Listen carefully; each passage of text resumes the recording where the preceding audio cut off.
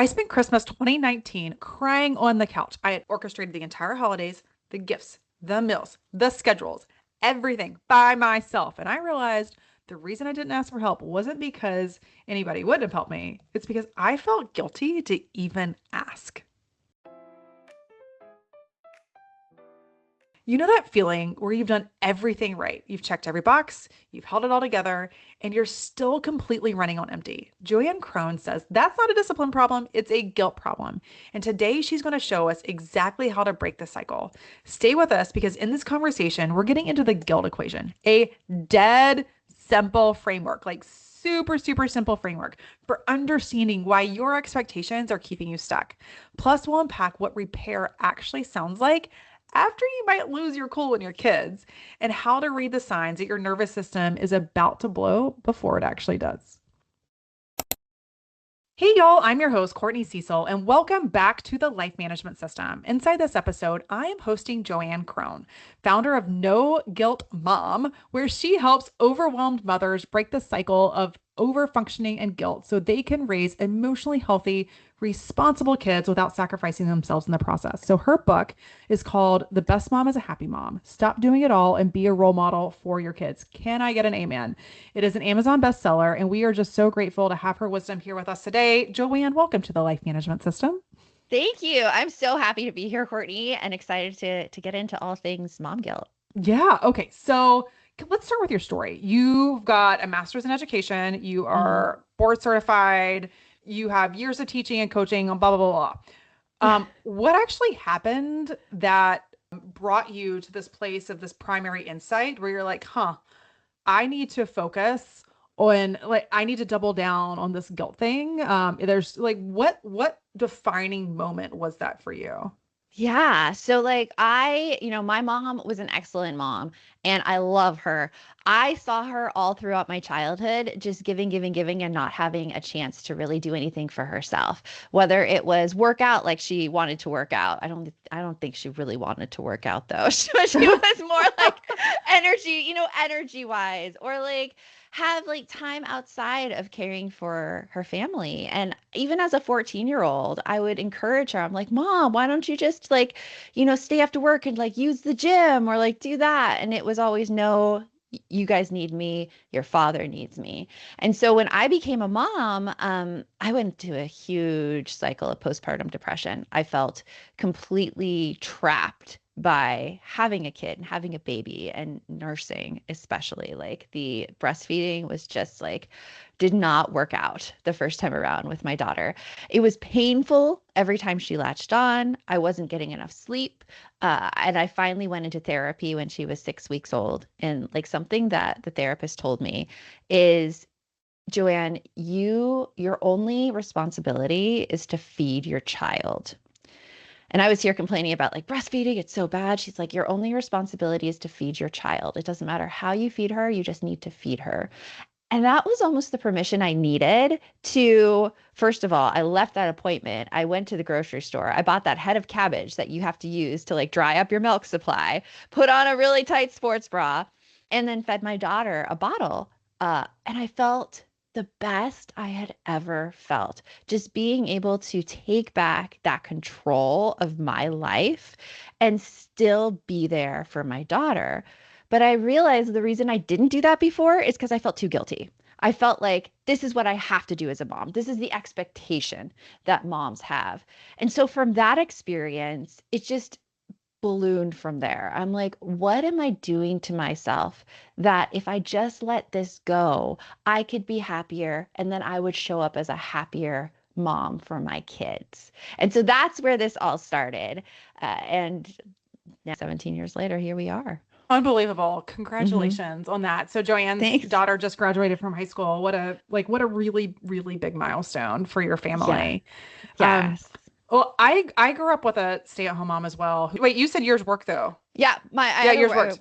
my Yeah, mom worked and my dad worked. Yeah. mine stayed at home, and but she was the super mom, and I still to this day it's hard not to compare ourselves to them, Mm. what their standards were. But I love that you sought help enough to be able to really get the relief you needed to truly create a movement, JoAnn, to help other, because I know that this is such a common problem. When I in Yeah. the DMs with people in Instagram, I always ask like, "Hey, would love to hear where some of your biggest struggles are," and we talk through it.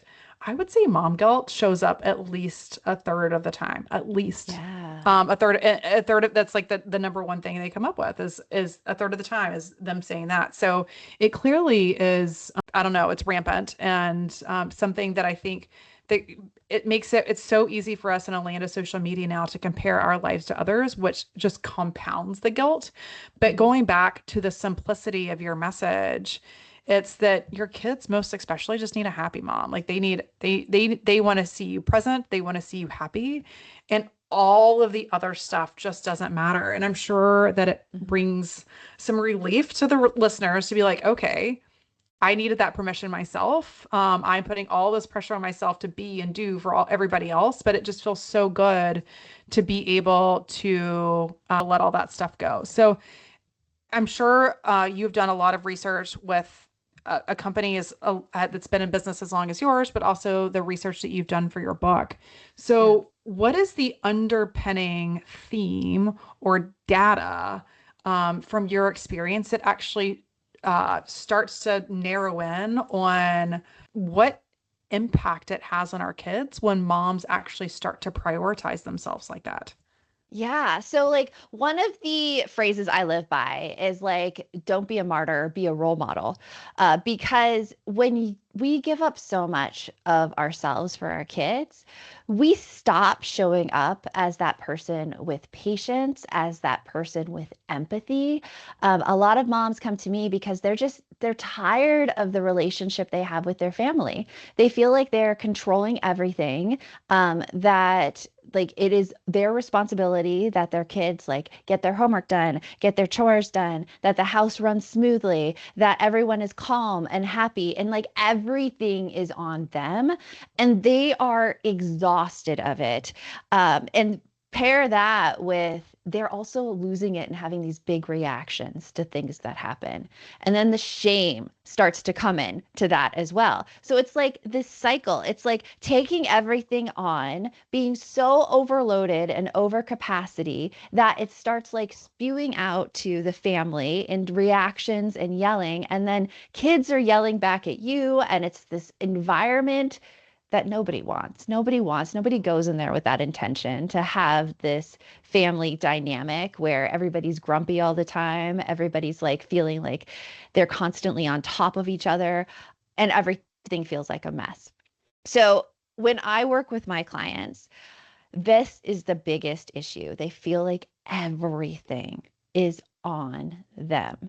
And what I help them do is, first of all, realize that, okay, we need to get clear. And this is something that we talked about too on my podcast, Courtney, when you were here about like work boundaries on the No Guilt Mom podcast, where you have to be clear about what you want. You have to be clear about what matters to you. One of the things we do is we do a value sort to figure out, okay, what really, really matters and what doesn't matter.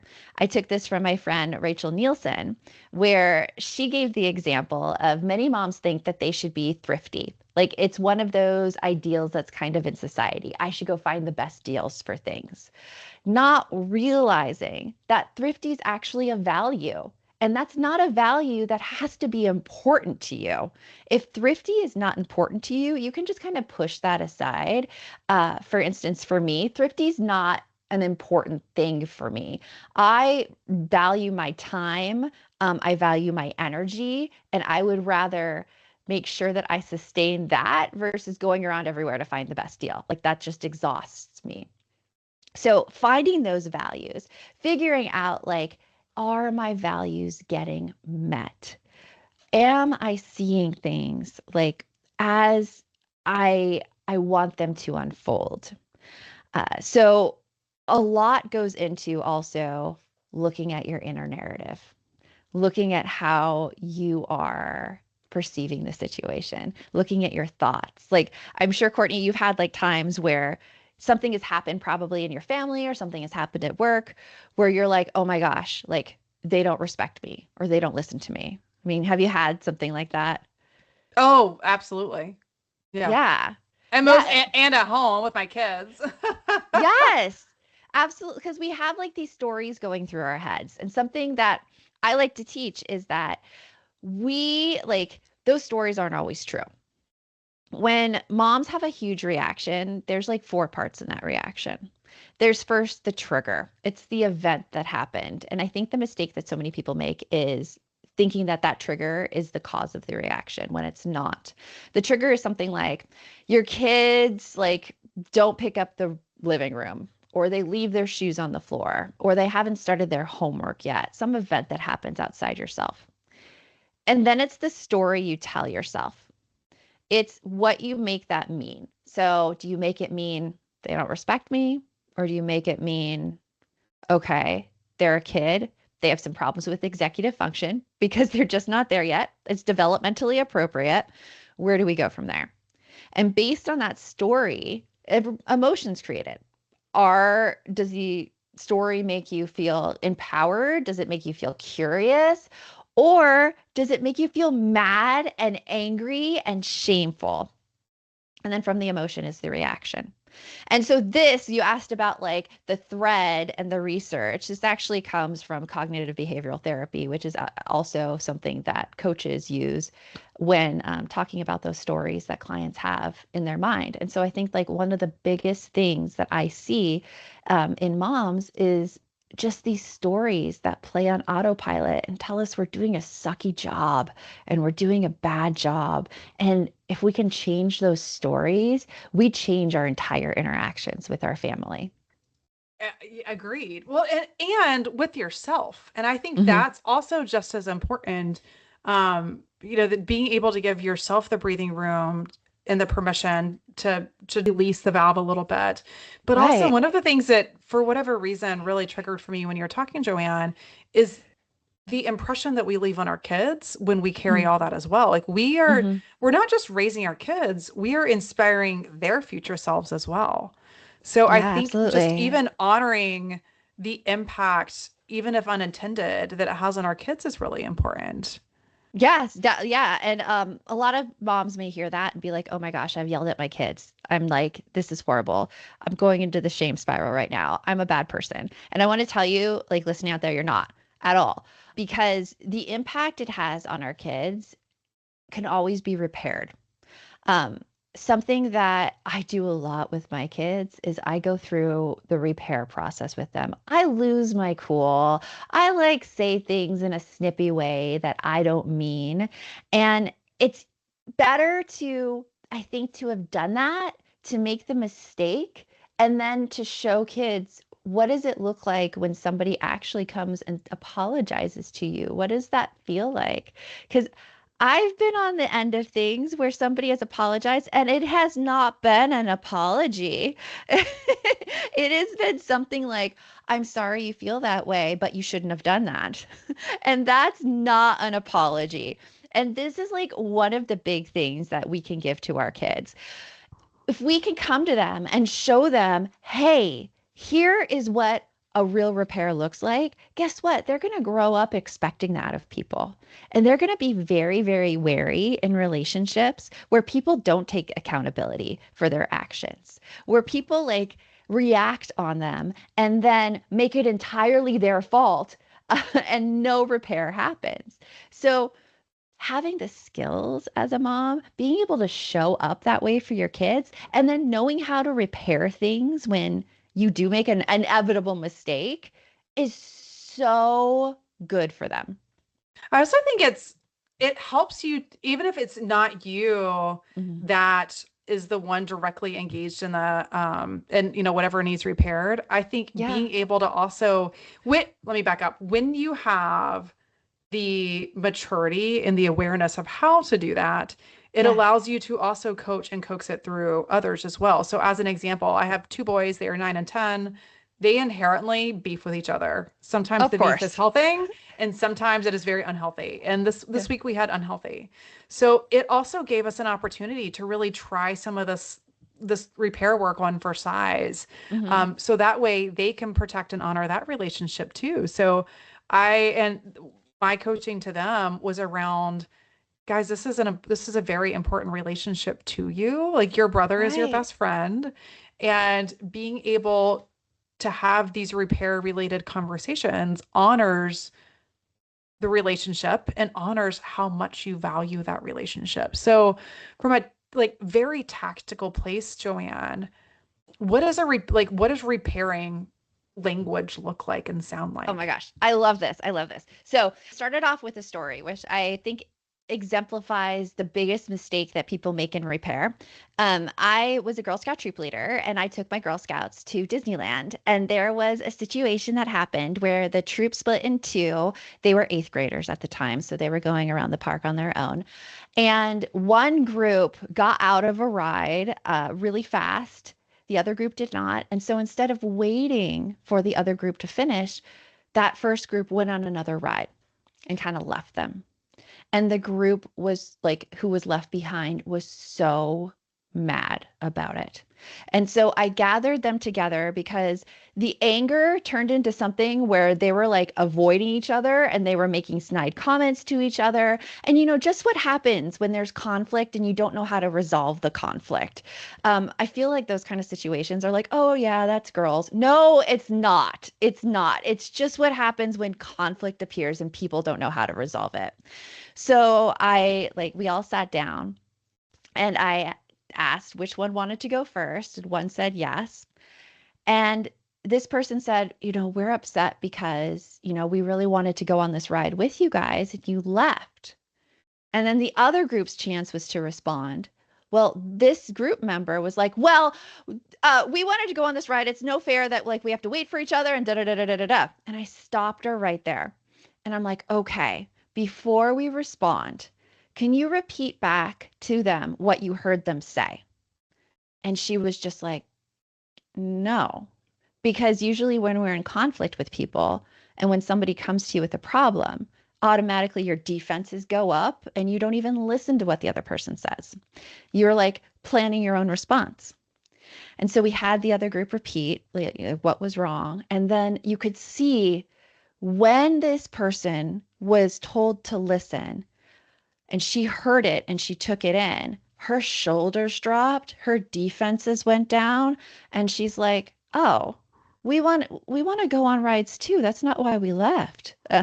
And that's when the situation was able to be resolved. And so I use this story because I think as parents, when we make a mistake, our defenses go up. We immediately want to protect ourselves because we feel horrible about what we just did.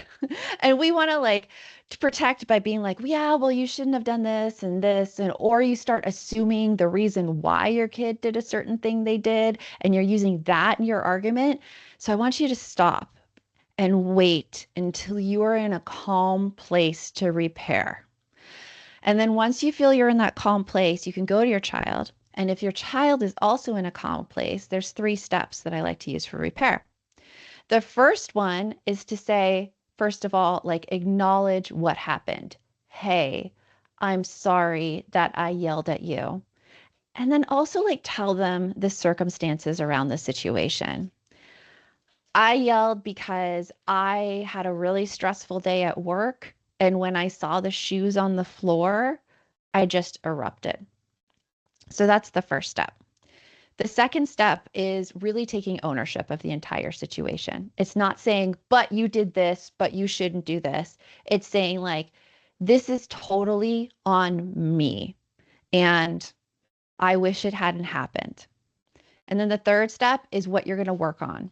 What you're going to work on, though, it needs to be specific. It can't be I'm going to try again in the future.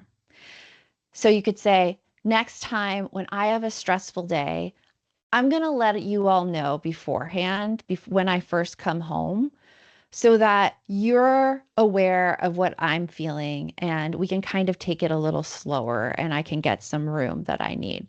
That's just one example. So that's what it is. It's first be acknowledge and talk really specifically about what happened. Take complete ownership of it is 2. And 3 is what are you going to work on so that this situation doesn't happen again. I love that you use the language repair. So I'm a Mm-hmm. big believer in confrontation. It is uncomfortable. It's not Mm-hmm. fun. But I think when you value relationships, it's important and it's healthy because Yeah. absolutely, like it's inevitable that you will have different realities. We have very separate realities. We see very separate things. And I use that language often with the boys. Like my boys will argue about like, oh, that was out. No, it was in. Or like Right. when they're playing ball or something. It's like you two have like you have separate realities right now. You're never going to agree on this. Hmm. But when it comes to the really heavy things, like that's when using your language, repair, JoAnn, is just so important. And it also is such an empowering place because your process puts us in the accountability seat of identifying how can we help protect ourselves like from the circuit like from the variables and the conditions that are happening around us the next time. Like that's a place of agency, that's a place of Hmm. accountability, that's a place of empowerment. So I really Yeah. like that positioning. But what happens like, okay, let's pretend that you've been through that circumstance, you had the blow up, you apologize for it, you know that what you hypothetically should be doing, but yet you still feel it coming. Like you feel your nervous system collapsing beneath you. Are there ways that, like, I don't know, symptoms we should be looking for or things that we can do mentally to help redirect when we feel that coming? Oh, absolutely. And you say like the best thing when you feel it coming, because I think that we do ignore those signs that we're going to explode and we go like right through them. I recently had a guest on the No Guilt Mom podcast. Her name's Jenna Free. She's an ADHD expert, but she really focuses on our fight or flight response when we're triggered, when we have those big reactions. And one of the things she told me to look for is rushing. When you feel like you are rushing everywhere, you are hurrying to get things done, you don't feel like it's enough time, this is a huge signal that you're about to become dysregulated. And that's the time where you can employ strategies like breathing. I like to teach like a box breathing one where it's in through your nose for 3 seconds, hold it, and then out for your mouth for 3 seconds, and then hold it. And that works for me. That calms me down. Or maybe you need to remove yourself from the situation for just a little bit if you feel yourself getting there and getting dysregulated.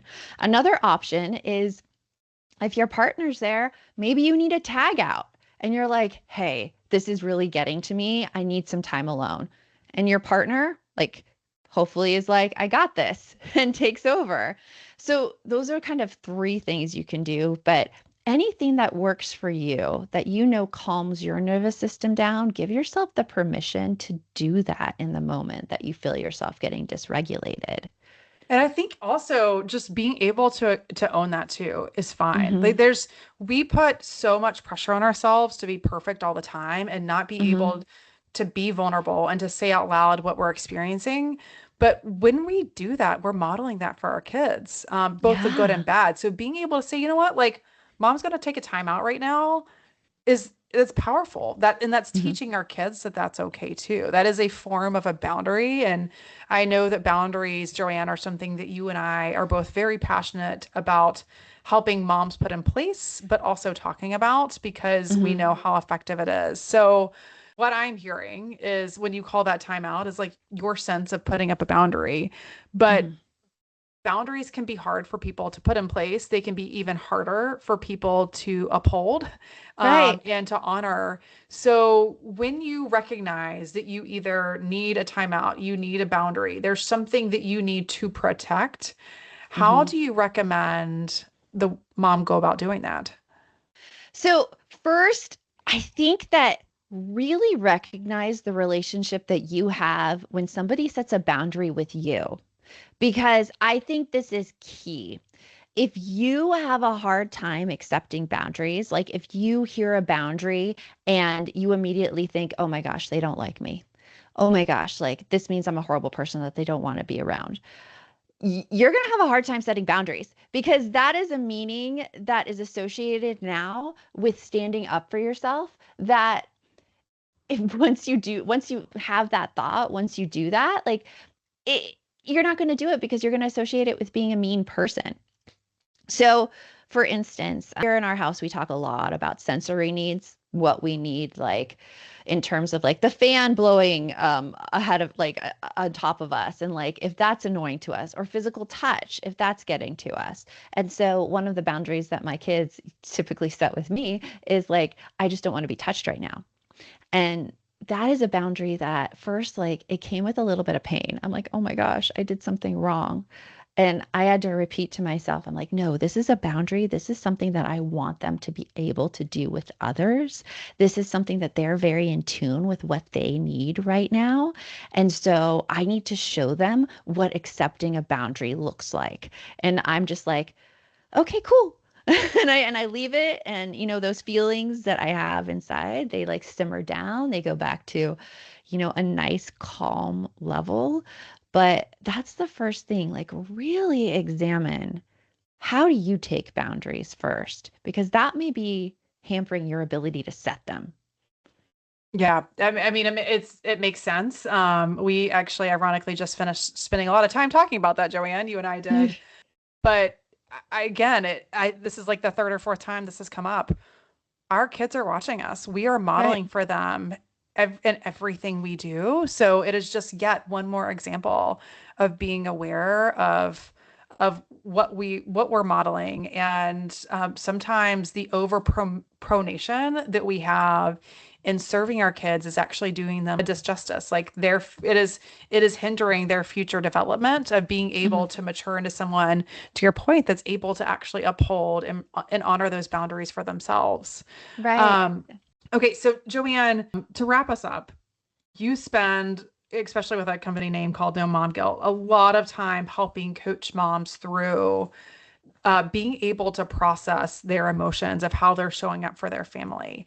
And most of the women that I work with very much experience that deeply because they feel like they want to be more present, physically present with their kids while they're Mhm. working, but yet they love their career and some of them need their career, one or the other. Essentially, they are pulled away from a very early age from their kids. So they carry guilt for that. They carry guilt because of how they see others, or most especially their own moms show up. Yeah. They carry guilt because even when they are with their families, they are not mentally present. They are stuck in their to-do list. They are thinking 10 steps ahead. They can't actually be there in the moment. So guilt continues to be a theme for my audience. How would you recommend that they talk themselves through that narrative to a point where they can get closer of finally freeing themselves from those shackles? Yeah, so this is something I like to mention all the time, and it comes from Dr. Jen Reed, who has a book called Guilt Free, and she was a guest on the No Guilt Mom podcast where I learned about this. It's called the guilt equation, and the guilt equation is the expectations that you have for yourself minus reality equals how much guilt you feel in a given situation. So if for instance, you're incredibly busy, you're managing all of the things, you have a stressful job, you come home, you have to-do lists running through your head, and your expectation is to totally be able to take all of those out of your head and concentrate on your child, who may be talking about something that you don't necessarily have a lot of interest in. You're interested in your child, but there might be like a topic, or maybe it's like playing with, like, I don't know, Legos on the floor, something that is not grasping your attention. And your expectations are that you totally need to put all of your priorities aside and everything you care about to focus on this conversation 100% of the time. That's a really high expectation. And when you take that away from reality, which is you're a human with needs, you have a busy life, you have priorities outside, of course, your attention's going to be distracted. You have a lot of guilt going on. So, a really great question to ask yourself in the moment is, what are my expectations of what should be happening here? How am I thinking that I should show up? And then, is that a realistic thing to do? And I have to tell you, if your explanation includes the word should or always, those are unrealistic expectations right there. That is a key that you are holding yourself to an impossibly high standard. And so, combined with what reality really is, it's going to create a lot of guilt. So, manage those expectations, examine them, question them. And that's one way you can help reduce that guilt so you can show up as the person you want to be. That is such a simple way to approach it. I Mm. love how just practical and simple that is. And also think that the expectations is worth a call out before we move on to the lightning round questions. I ironically spent a whole hour on a walk this morning talking about this and like setting up a story set in Instagram this morning because I feel so passionate about this topic. Mm. Most high achieving women have tendencies to live by other people's expectations. So my Mhm. very simple example was around my hair. Like I was going to speak to a group of entrepreneurs and I decided, you know what? Old me would have needed to look polished and perfect and all put together. New me, that's not what I value my wellness enough that what's more important is for me to actually work out.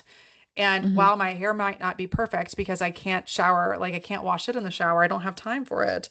At least I was able to do both.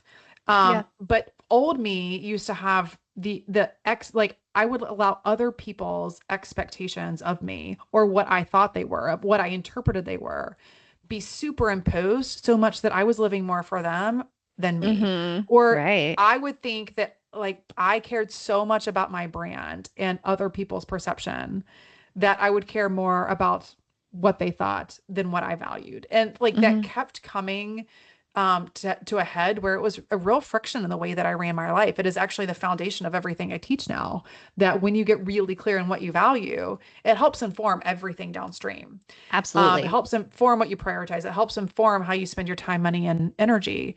So I think the expectations just unlocks so much of what we get stuck in as Mhm. high achieving women.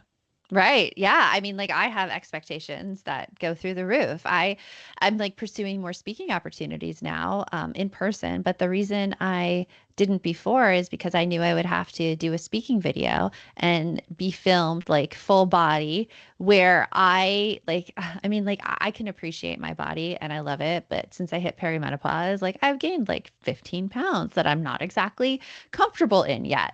And that was stopping me. That was stopping me from getting on stage, even though like my message helped a lot of people when I got like in front of an audience. It was really greatly received. I had a blast doing it, but my expectations that I looked like a certain way, like that was stopping me for so long. And so when you examine those and you also think like, what am I missing out on by holding to these high expectations? It kind of helps you take the next step.